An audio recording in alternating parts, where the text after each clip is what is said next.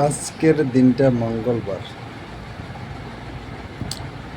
আজকে থেকে আমি প্রতি মঙ্গলবারে উপোস থাকব। জানি না কেন থাকব, কিন্তু এটা আমার মন বলছে যে উপোস থাকো, তাই আমি উপোস থাকব প্রত্যেক মঙ্গলবার।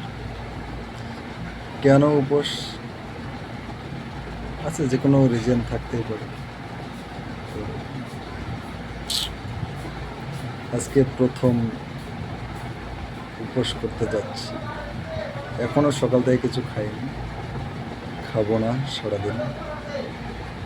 যদি মরে যাই তবুও খাবো না। এটাই আমার লাস্ট। যেটা বলি সেটাই ফাইনাল। জিদ্দি বয় আমি, জেদ বেশি। জানি না জেদ রেখে কি করতে পেরেছি আর কি করবো, কিন্তু জেদটা একটু বেশি।